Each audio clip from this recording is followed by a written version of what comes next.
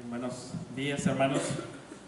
Vamos a continuar con el mensaje del Evangelio de Marcos y vamos al capítulo 4.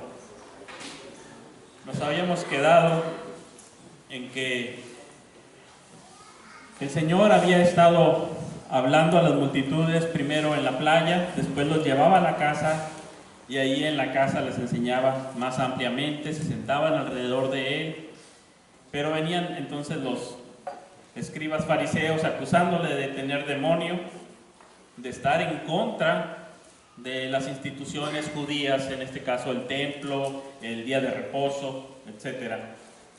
Y el Señor les dice, al contrario, Satanás no está dividido, ustedes son los que más bien están actuando como endemoniados, están blasfemando contra el Espíritu Santo y al hacerlo se están colocando afuera del pacto de Dios, se están colocando afuera, y lo que en realidad aquí está sucediendo delante de sus ojos es lo más grandioso que va a suceder nunca jamás, y es lo que estaba profetizado. Lo que ustedes están viendo y que está sucediendo delante de sus ojos es el pacto de Dios cumpliéndose, aquel que estaba prometido. Lo que ustedes están viendo es que viene el hombre fuerte que está derrotando a Satanás. Satanás tenía subyugado al ser humano en pecado, en la maldad, en la oscuridad, en el temor, y viene el Señor Jesucristo y los está liberando. Y liberaba a los posesos, los liberaba de enfermedades, los liberaba de sus pecados, les perdonaba los pecados, y entonces ellos quedaban libres para una vida de comunión, libres totalmente. Y ellos estaban dándole la espalda a esto, pero estaba ocurriendo lo más grandioso delante de sus ojos. Dice aquí Joacim Jeremías, voy a leer un extracto de algo que él escribe sobre los tiempos de Jesús. Dice, la hora de la consumación ha llegado. Esta es la nota central. Se desarma al hombre fuerte. Los poderes del mal tienen que ceder. El médico ha llegado al enfermo. Se limpian los leprosos. Se remueven las culpas, se trae la oveja perdida a casa, se abre la puerta de la casa del Padre, se invita al pobre y a los mendigos al banquete. El patrón, cuya benevolencia no se merece, paga por completo los salarios. Todos los corazones se llenan de gran gozo. El año grato del Señor ha llegado, porque ha aparecido aquel cuya velada majestad brilla a través de cada palabra y cada parábola, el Salvador. Esto es lo que está ocurriendo delante de sus ojos. Imagínense ustedes, enfermos o su hijo enfermo, y llegó el médico que lo va a sanar. No que le va a dar algo para ver si se sana o que se calme un poco. No, llegó exactamente el médico. ¿Cómo se siente el padre o el enfermo? Qué alivio, ¿no? Está ahí el pobre, el que está hambriento, y le abren la casa con un gran banquete. ¿Cómo se siente? Eso es lo que está sucediendo. Está por ahí alguien ciego y llega aquel que le da la vista. Está aquel hombre acongojado y apesadumbrado por sus pecados y por las consecuencias de sus pecados, y las consecuencias de los pecados de otros que recaen sobre él mismo, y él lleva esa carga y la pesadilla es noche tras noche, y él sabe lo que ha hecho, y llega aquel que le dice, tus pecados te son perdonados, y queda libre. Y ellos tenían que responder ante esto, y estaban respondiendo blasfemando al Espíritu Santo y quedando fuera, entonces colocándose fuera del pacto del Señor. Y ahí es donde continuamos. Dejamos al Señor Jesucristo en casa, pero ya habíamos dicho que aquí está usando Marcos la playa en el Mar de Galilea como el lugar donde confluyen los pueblos, 7 pueblos, para representar a la humanidad entera. Ahí es el lugar donde se predica el Evangelio, ahí es el lugar donde se llama a las personas. Ahí vienen no solamente del Israel, digámoslo así, fiel, de Judea, de Jerusalén, sino que también llegan los semipaganos del otro lado de Idumea, y también llegan los paganos de Tiro, de Sidón. Ahí vimos que venían de 7 ciudades representando a la humanidad, ya no solamente al pueblo de Israel, sino un Mesías que viene con una salvación que es para todo el mundo, y empieza ahí a despegarse. Y una vez que ellos reciben la palabra del Señor, lo siguen y se van a una casa, y en la casa están alrededor de él. En la casa comen juntos, en la casa se sana al paralítico, en la casa se sana la suegra de Pedro, en la casa se perdonan los pecados, en la casa se enseñan a más profundidad también las parábolas, como lo vamos a ver aquí. Así que dejamos al Señor en casa. Y ahora el capítulo 4 vuelve otra vez a la playa. Dice Marcos 4. Otra vez comenzó Jesús a enseñar junto al mar, y se reunió alrededor de él mucha gente, tanto que entrando en una barca se sentó en ella en el mar, y toda la gente estaba en tierra junto al mar, y les enseñaba por parábolas muchas cosas, y les decía en su doctrina: oíd, he aquí el sembrador salió a sembrar, y al sembrar aconteció que una parte cayó junto al camino, y vinieron las aves del cielo y la comieron. Otra parte cayó en pedregales, donde no tenía mucha tierra, y brotó pronto, porque no tenía profundidad de tierra, pero salido el sol se quemó, y porque no tenía raíz se secó. Otra parte cayó entre espinos, y los espinos crecieron y la ahogaron, y no dio fruto. Pero otra parte cayó en buena tierra, y dio fruto, pues brotó y creció, y produjo a 30, a 60 y a 100 por uno. Entonces les dijo: el que tiene oídos para oír, oiga. Cuando estuvo solo, los que estaban cerca de él con los 12 le preguntaron sobre la parábola, y les dijo: a vosotros os es dado saber el misterio del reino de Dios, mas a los que están fuera por parábolas todas las cosas, para que viendo vean y no perciban, y oyendo oigan y no entiendan, para que no se conviertan y les sean perdonados los pecados. Y les dijo: ¿no sabéis esta parábola? ¿Cómo pues entenderéis todas las parábolas? El sembrador es el que siembra la palabra, y estos son los de junto al camino, en quienes se siembra la palabra, pero después que la oyen, enseguida viene Satanás y quita la palabra que se sembró en sus corazones. Estos son asimismo los que fueron sembrados en pedregales, los que cuando han oído la palabra al momento la reciben con gozo, pero no tienen raíz en sí, sino que son de corta duración, porque cuando viene la tribulación o la persecución por causa de la palabra, luego tropiezan. Estos son los que fueron sembrados entre espinos, los que oyen la palabra, pero los afanes de este siglo y el engaño de las riquezas y las codicias de otras cosas entran y ahogan la palabra y se hace infructuosa. Y estos son los que fueron sembrados en buena tierra, los que oyen la palabra y la reciben y dan fruto a 30, a 60 y a 100 por uno. También les dijo: ¿acaso se trae la luz para ponerla debajo del almud o debajo de la cama? ¿No es para ponerla en el candelero? Porque no hay nada oculto que no haya de ser manifestado, ni escondido que no haya de salir a luz. Si alguno tiene oídos para oír, oiga. Les dijo también: mirad lo que oís, porque con la medida con que medís os será medido, y aún se os añadirá a vosotros lo que oís. Porque al que tiene se le dará, y al que no tiene, aún lo que tiene se le quitará.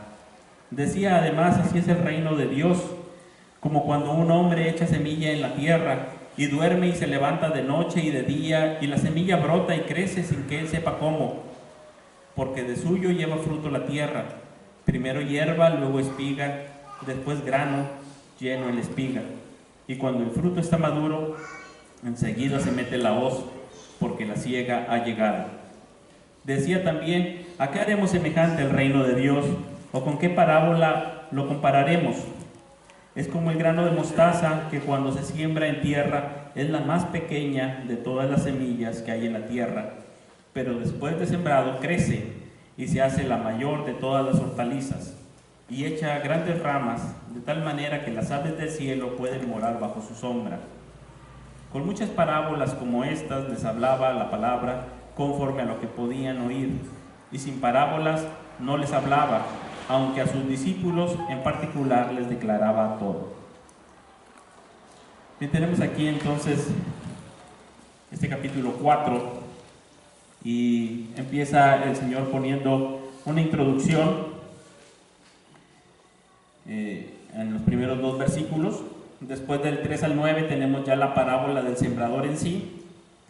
Del 10 al 12 hace ahí una distinción de los hombres en base a su respuesta a la palabra.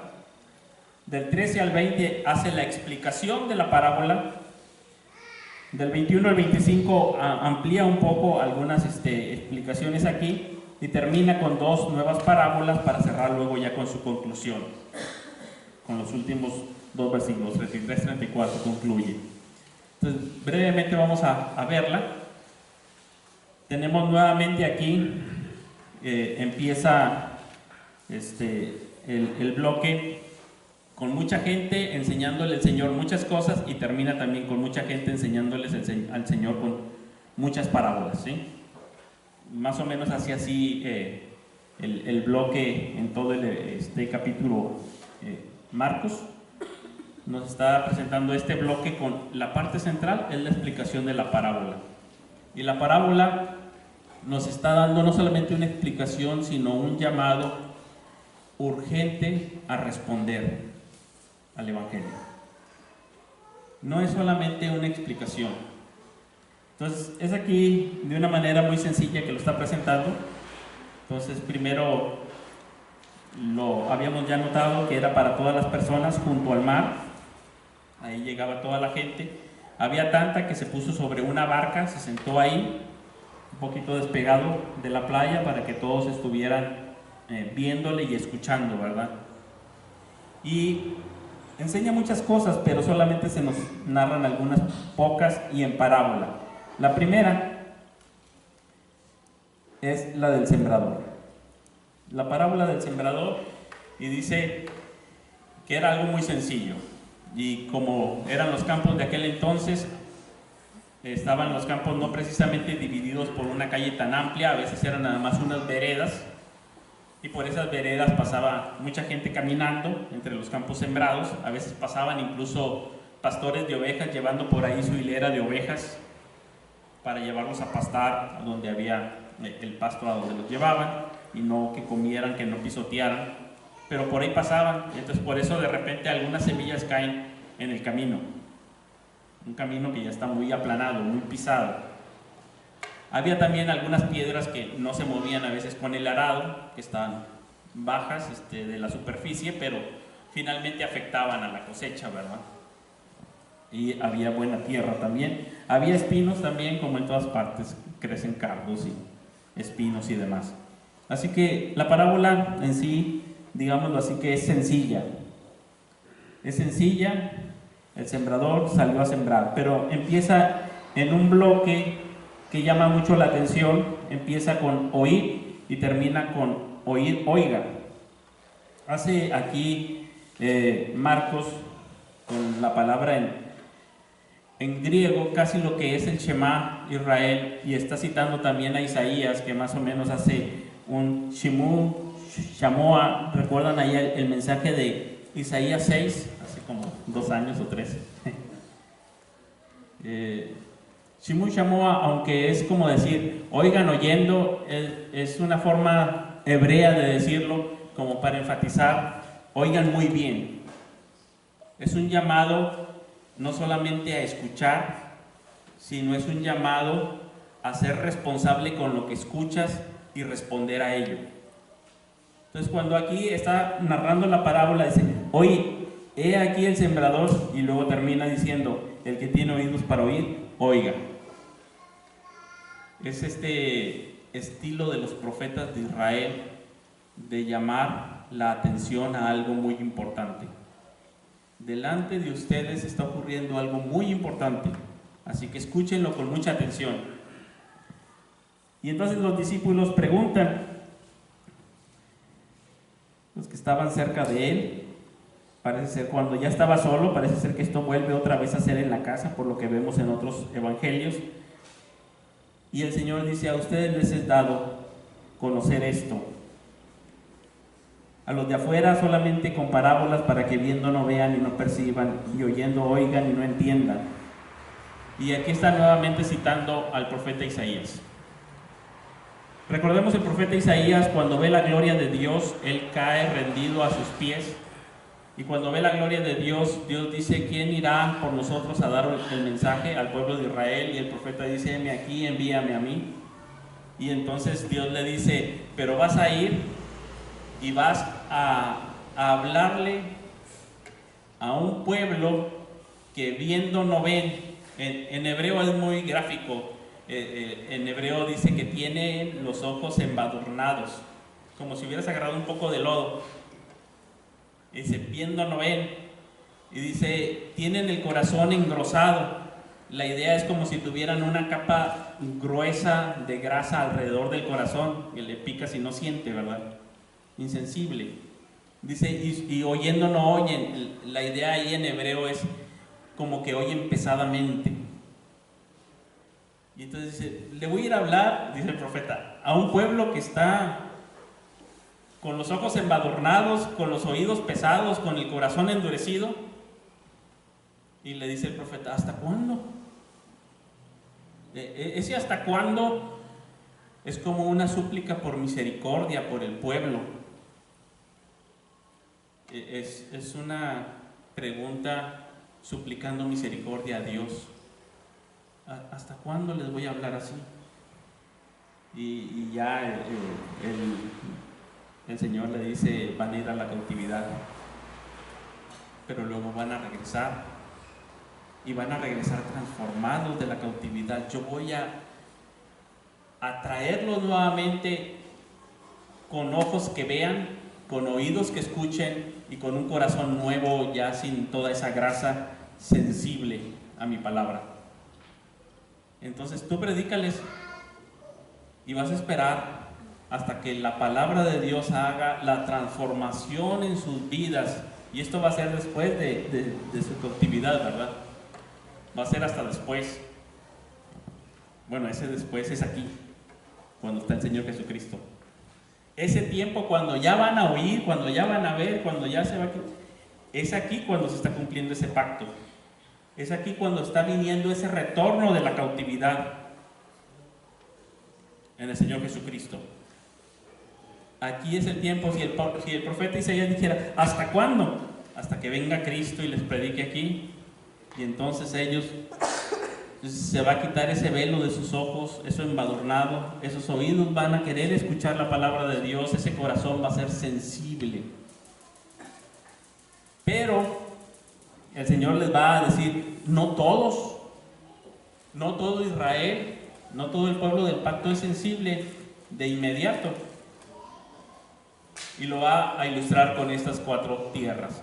Y dice: algunos escuchan la palabra y son como las semillas que cayeron junto al camino. Escucharon el evangelio y apenas salieron y ya se olvidó todo. Vino Satanás, son las aves, y quitó la palabra que se había sembrado. Y simplemente escucharon el evangelio ahí en la playa, terminaron, se fueron a comer y olvidaron todo. Fueron muy ligeros con la palabra de Dios y simplemente no hubo más. Ahí terminó. Dice: otros son como los que están en medio de pedregales.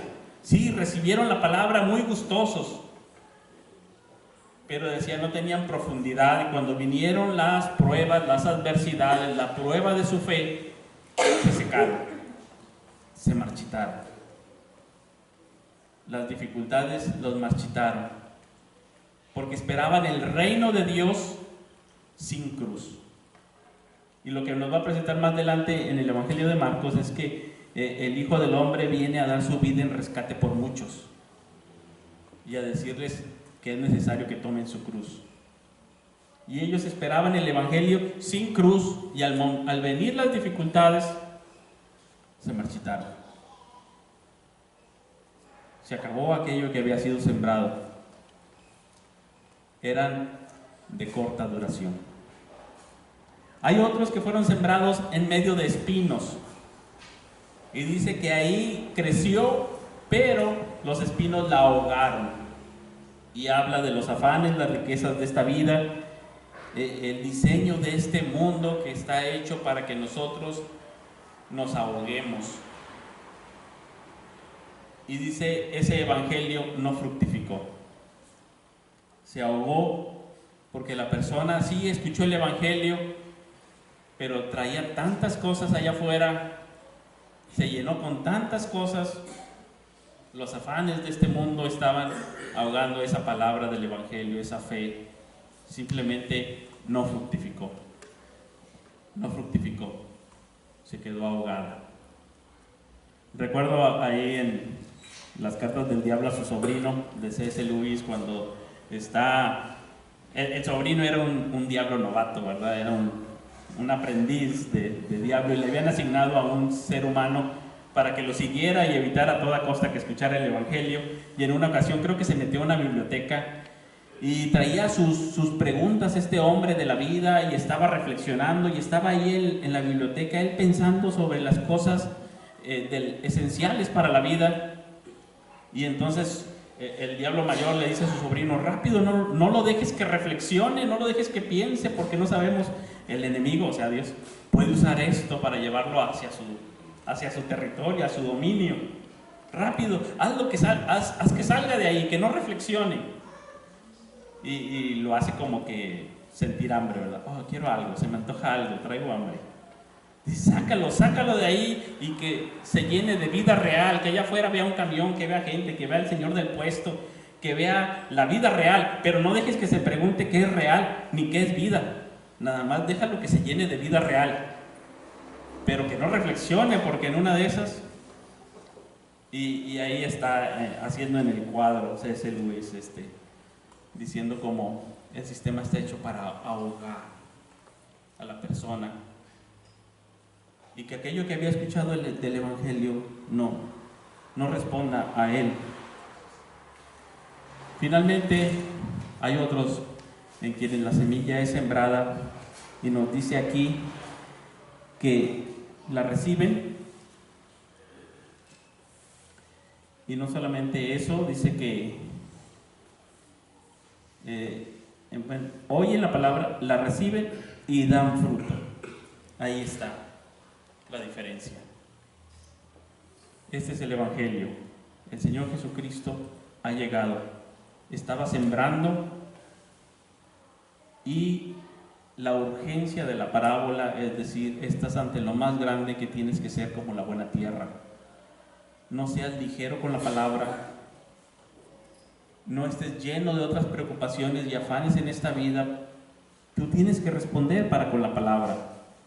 La gente en esta parábola está uniéndose y diferenciándose en base a su respuesta a la palabra. Y lo que le está diciendo al pueblo es: ¿cuál es tu respuesta a la palabra?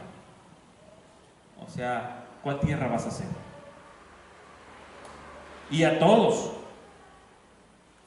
aún a nosotros que ya hemos creído en el evangelio, cada vez que escuchamos la palabra de Dios, nosotros tenemos que responder a ella y decir, porque tenemos un compromiso delante del Señor al escuchar su palabra, es decir, ¿qué voy a responder? ¿Qué tipo de tierra voy a hacer? Cada vez que la escucho por medios ordinarios, como la lectura de hoy en la mañana, la predicación de la palabra, cantamos la palabra, oramos la palabra, leemos, predicamos la palabra, y cada vez que yo la escucho tengo una responsabilidad para con la palabra de Dios. ¿Cómo voy a responder? Hoy domingo vine en modalidad del camino, salí de aquí y ya se me olvidó cualquier cosa que hubiera escuchado de la palabra de Dios, o estaba ahogado en los afanes de este mundo y aquello no fructificó. Simplemente mi confianza estaba puesta en otras cosas, en los afanes de esta vida, pensando que yo, si soy rico, pudiera resolver todos los asuntos de la vida, porque aquel que tiene dinero resuelve todo. Eso no es cierto, ¿verdad? Esa es una mentira, ¿verdad? Es un mito. Entonces, ¿cómo vamos a responder? Por eso termina diciéndoles: mirad bien lo que oís. Es una parte que tiene que ver también con su respuesta y con el juicio. Dice, así que ustedes miren bien lo que escuchan, porque con la medida con que medís os será medido, y aún se os añadirá a vosotros lo que oís, porque el que tiene se le dará, y al que no tiene, aún lo que tiene se le quitará. Está viniendo el Evangelio y nosotros tenemos que responder ante ese Evangelio. Esa palabra es el Señor mismo el que está siendo ahí presentado. Nosotros tenemos esto más ampliamente con todos los escritos del apóstol Pablo principalmente, pero también con Pedro. Vamos por ejemplo a Efesios, por leer así rápidamente algunos. Efesios capítulo 1, versículos 13 y 14. Dice, en él también vosotros, habiendo oído la palabra de verdad, esta semilla que se sembró, el evangelio de vuestra salvación, y habiendo creído en él, fuisteis sellados con el Espíritu Santo de la promesa, que es las arras de nuestra herencia hasta la redención de la posesión adquirida para alabanza de su gloria. Ahí está, renacidos por la palabra de Dios. Esa es la que llegó y dio fruto. Primera de Pedro, capítulo 1, versículos 22 al 25. Dice, habiendo purificado vuestras almas por la obediencia a la verdad, mediante el Espíritu para el amor fraternal no fingido, amaos unos a otros entrañablemente de corazón puro, siendo renacidos, no de simiente corruptible, sino de incorruptible, por la palabra de Dios que vive y permanece para siempre. Porque toda carne es como hierba, y toda la gloria del hombre como flor de la hierba. La hierba se seca y la flor se cae, mas la palabra del Señor permanece para siempre. Y esta es la palabra que por el Evangelio os ha sido anunciada. Santiago también, 1:16, después de haber dicho que de Dios no viene el pecado ni la tentación, dice, amados hermanos míos, no erréis. Toda buena dádiva y todo don perfecto desciende de lo alto, del Padre de las luces, en el cual no hay mudanza ni sombra de variación. Él, de su voluntad, nos hizo nacer por la palabra de verdad, para que seamos primicias de sus criaturas. Notemos ahí el contraste que está haciendo Santiago. Santiago está dando dos imágenes. Una imagen es la del pecado, y dice, esa no viene de Dios. Y dice que ese pecado va a dar a luz un hijo. Esa tentación va a dar a luz un hijo, que es el pecado, que es la muerte. Dice, de Dios viene lo bueno, su palabra, el Evangelio, y eso da a luz una vida nueva en el creyente. Hay un nacimiento diferente. Yo sé que a veces usamos este pasaje de toda buena dádiva para hablar de toda buena dádiva material o inmaterial que recibimos del Señor, pero aquí Santiago la está utilizando para decir que esa buena dádiva es el Evangelio, es la palabra que Él ha mandado, y que por ella nosotros nacemos de nuevo y somos nuevas criaturas. Pero aún y cuando ya hayan nacido de nuevo, fíjense lo que sigue diciendo Santiago. Uno sigue escuchando esa palabra, ese Evangelio, y tiene que seguir respondiendo. Por tanto, mis amados hermanos, todo hombre sea pronto para oír, tardo para hablar, tardo para irarse, porque la ira del hombre no obra la justicia de Dios. Por lo cual, desechando toda inmundicia y abundancia de malicia, recibid con mansedumbre la palabra implantada, la cual puede salvar vuestras almas. Es decir, sean buena tierra, pero sed hacedores de la palabra y no tan solamente oidores, engañándoos a vosotros mismos. Y va a dar el ejemplo de dos hombres que se miran al espejo, y los dos se ven en el espejo, los dos son impactados por lo que ven, pero uno se olvida y el otro no, el otro persevera y es transformado y es bienaventurado. Y está hablando, Santiago no hace 4 tierras, nada más hace 2, básicamente, y está diciendo, uno puede venir y escuchar la palabra, mirar con atención esa palabra, que a uno le llegue al corazón esa palabra, pero cuando uno se va, se olvida porque fue ligero con la palabra, y otro se va, pero dice que persevera en ella. Esa palabra la sigue recordando, como decía San Agustín, has taladrado mi corazón con tu palabra y te amo. Esa palabra sigue ahí taladrando toda la semana, está taladrando, persevera en ella. Dice, ese es hacedor de la obra, ese es el que cree, ese es bienaventurado en lo que hace. El oidor olvidadizo no es olvidadizo porque tenga un problema de memoria. El oidor olvidadizo es olvidadizo porque fue ligero con la palabra. La dejó. Muy pronto salió y la dejó. Por otras cosas. Y tantas cosas. Y aquí el Señor nos llama a responder a la palabra vez tras vez, incluso a sus discípulos. Nosotros tenemos que responder a ella. 1 Corintios 15, finalmente también tenemos ahí la palabra del Evangelio. Mateo 4:4, no solo de pan vivirá el hombre, sino de toda palabra que sale de la boca de Dios. Romanos 10, esta es la palabra de fe que predicamos, en la cual si crees eres salvo, si no has creído en vano. Esta es la palabra de fe. Claro, ahí también en Romanos el apóstol va a citar a Isaías. Pero Señor, ¿quién ha creído a nuestro anuncio? O sea, ya lo anuncié para todas partes. ¿Y quién ha creído a nuestro anuncio? Y el Señor le dice, hay un remanente que es salvo por fe. Esa es la buena tierra. Hay un remanente que es salvo por gracia. No porque sean mejores, sino de pura gracia del Señor. Y ahí entre todos que están escuchando ahí el mensaje en la playa, hay algunos que le van a seguir, y esos que son buena tierra hasta preguntan, oye, ¿cómo es? Y van a la casa y se sientan alrededor y comen juntos y están alrededor de Jesús escuchando su palabra. Esa es la respuesta que están dando. El pueblo de Israel había sido llamado para hacer luz a las naciones y no estaba cumpliendo con ello, pero había alguien que sí iba a cumplir con ello, y es el Señor Jesucristo, como la culminación del pueblo de Israel, como el punto culminante que cumple todas las promesas hechas a Abraham y hechas a David. Ahí se están cumpliendo en Jesús. Y Jesús viene como esa luz que no se pone debajo de la cama, sino que alumbra, está en el candelero y alumbra a todos los que están en casa, y lo hace claro.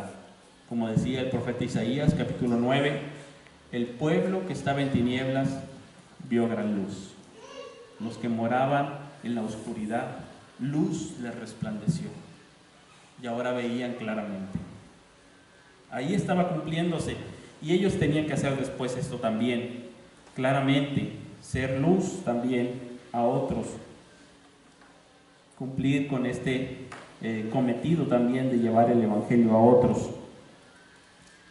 Pero no todos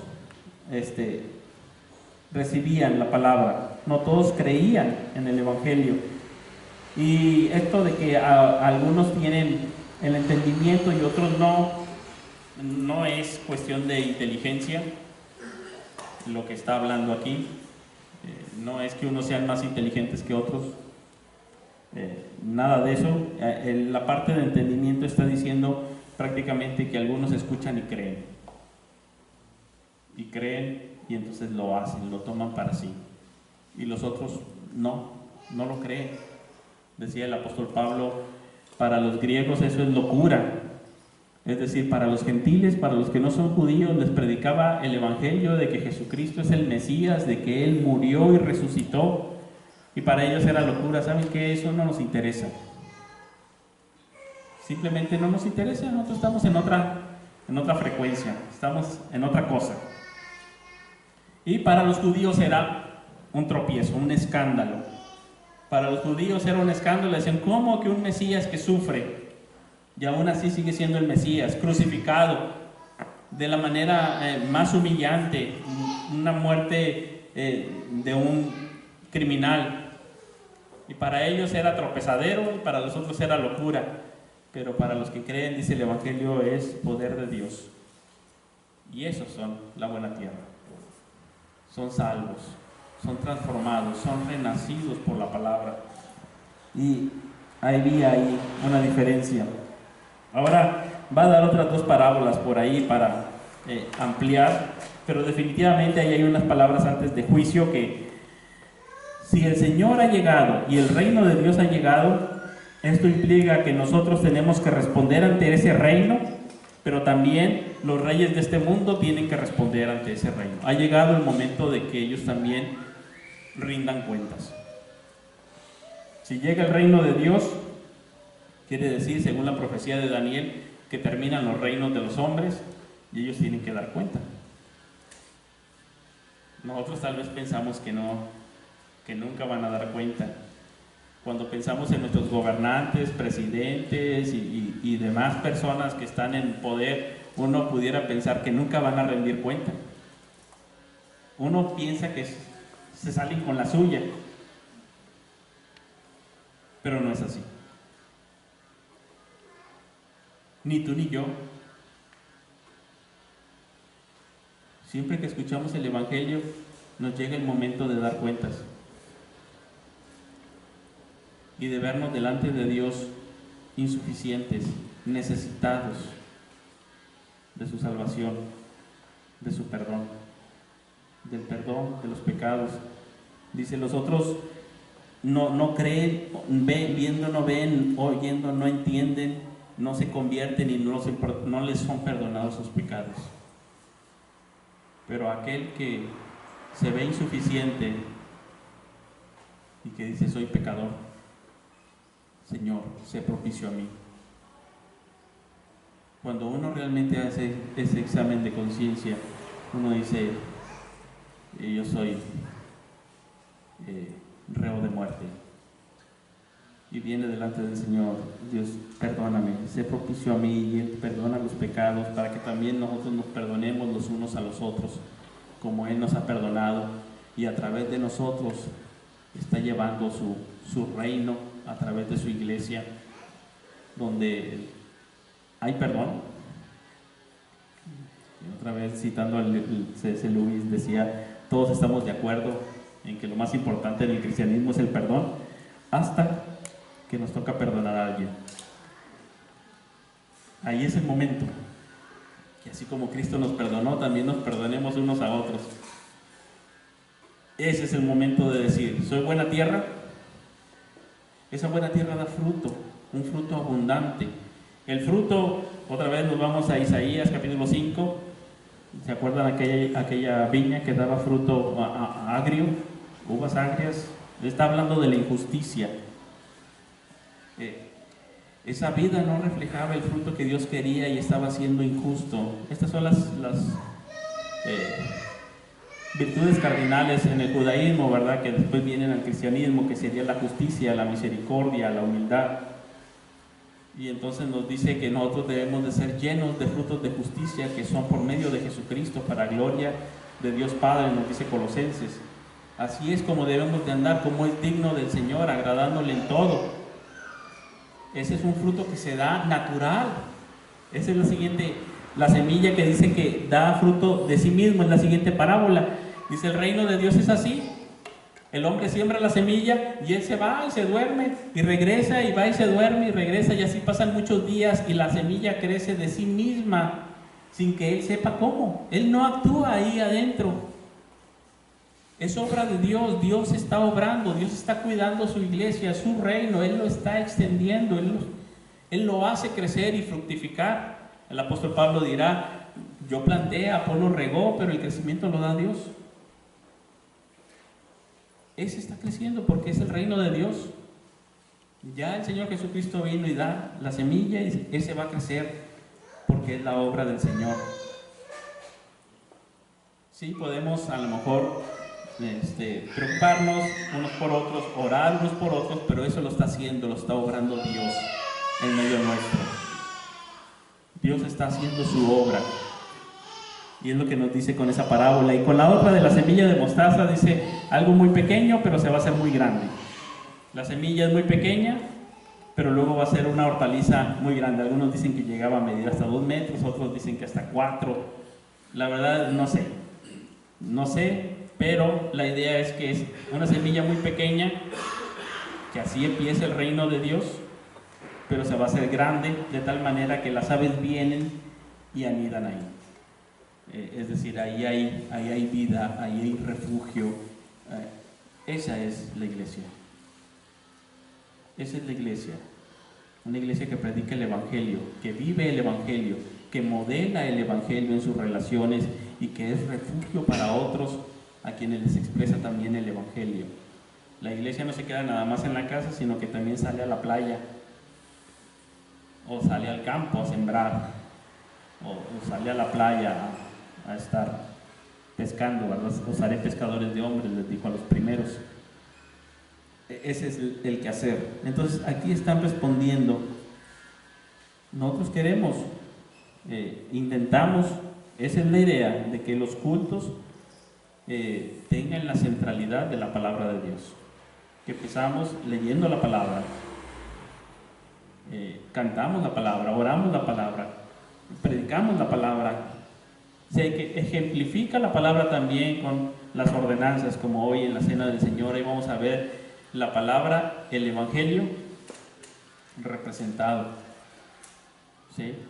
Representado ahí. El Evangelio es poderoso,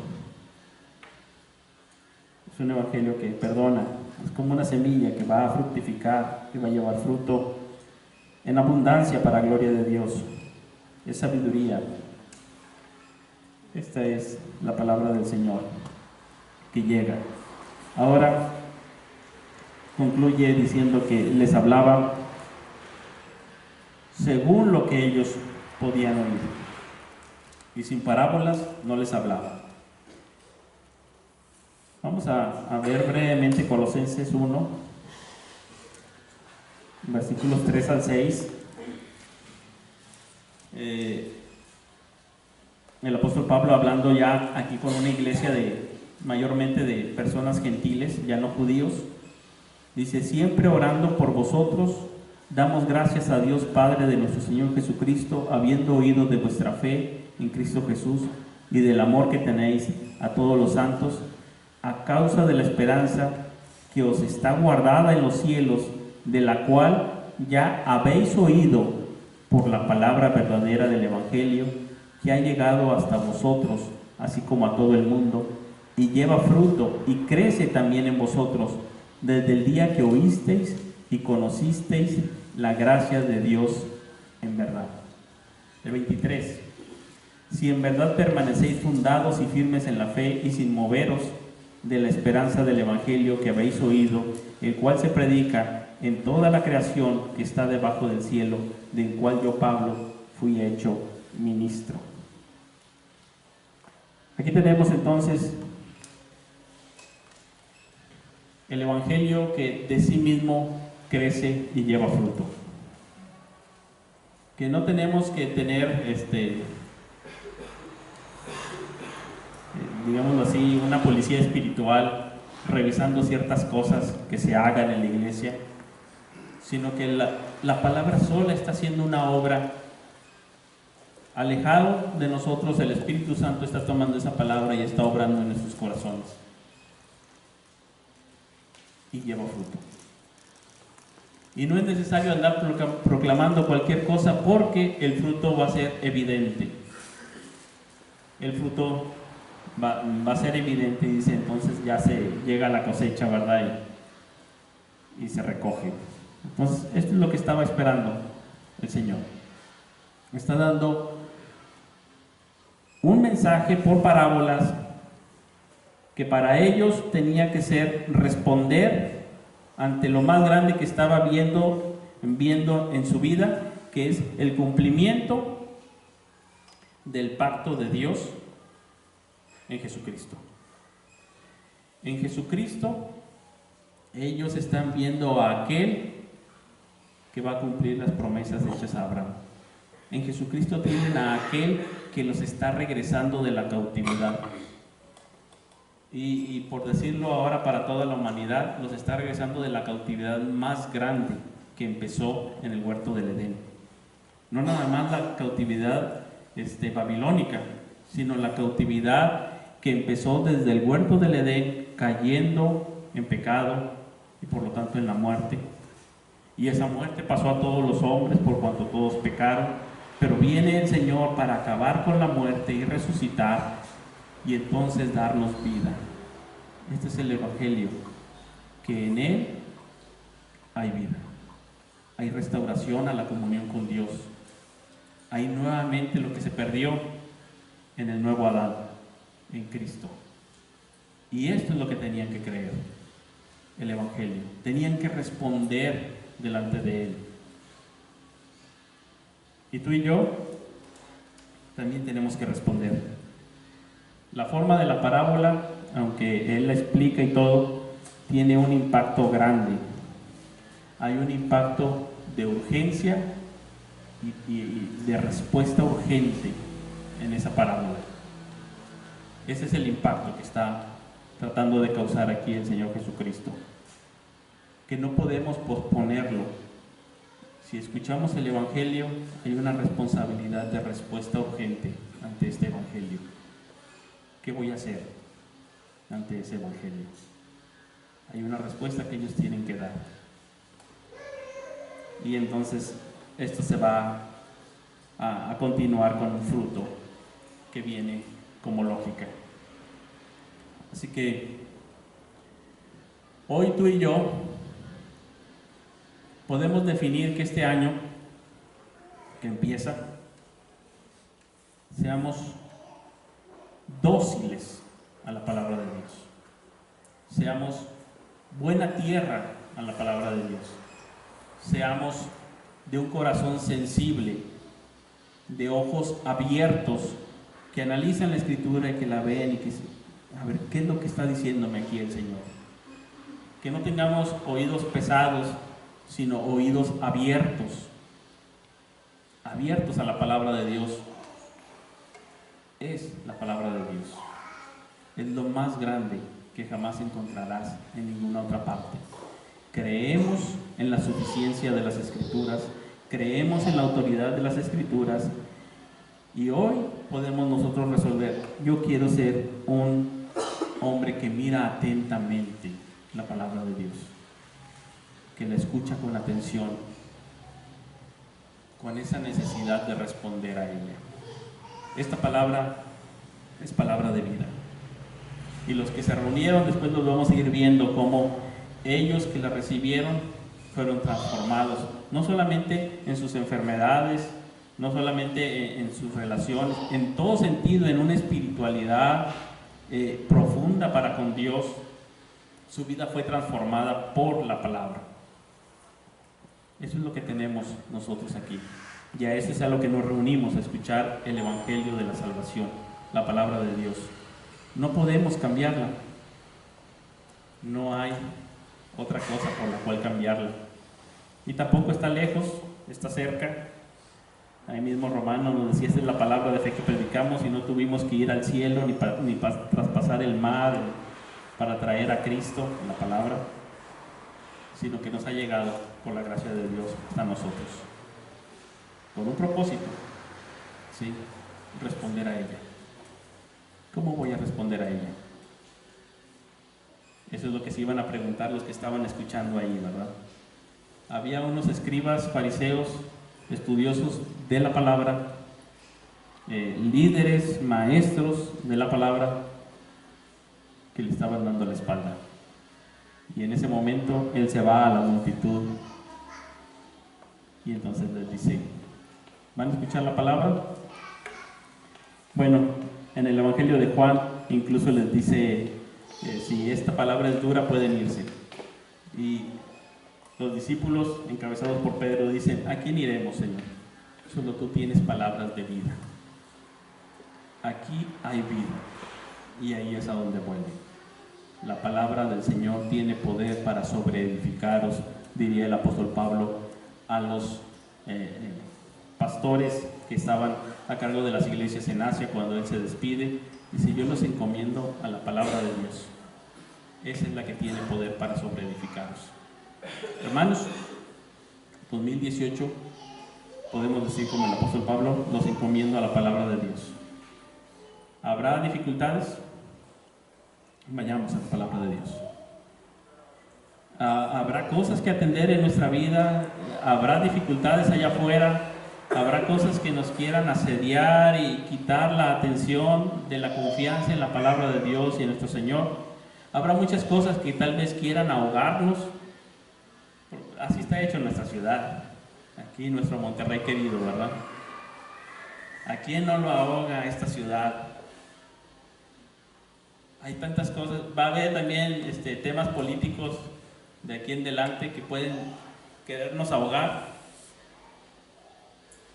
Vayamos a la palabra. Os encomiendo a la palabra de Dios. Ella tiene poder para sobreedificaros, para estar firmes en la fe, en la palabra de Dios. Vamos a orar. Gracias, Dios, te damos por tu palabra. Gracias porque, Señor, tú has venido a nosotros con tu evangelio y, Señor, por él nos transformas. Ayúdanos, Señor, a ser dóciles a tu palabra, a no ser rebeldes, sino obedientes a lo que tú nos dices en ella, a permanecer en ella. Señor, que podamos tener nuestros ojos bien abiertos, nuestros oídos bien abiertos, nuestro corazón sensible para escuchar tu voz.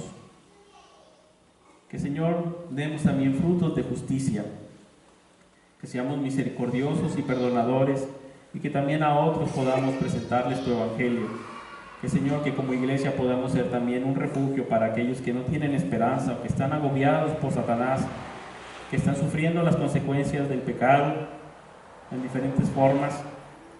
Señor, ayúdanos, que tu Santo Espíritu nos use y que por medio de nosotros ellos puedan también ver tu gloria y ellos puedan conocerte. Ayúdanos a vivir en amor, en unidad, para que el mundo crea. Gracias por tu Hijo Jesucristo. Gracias por la salvación. Gracias, Señor, porque tú has venido a nosotros. En el nombre de Jesucristo te damos las gracias. Amén.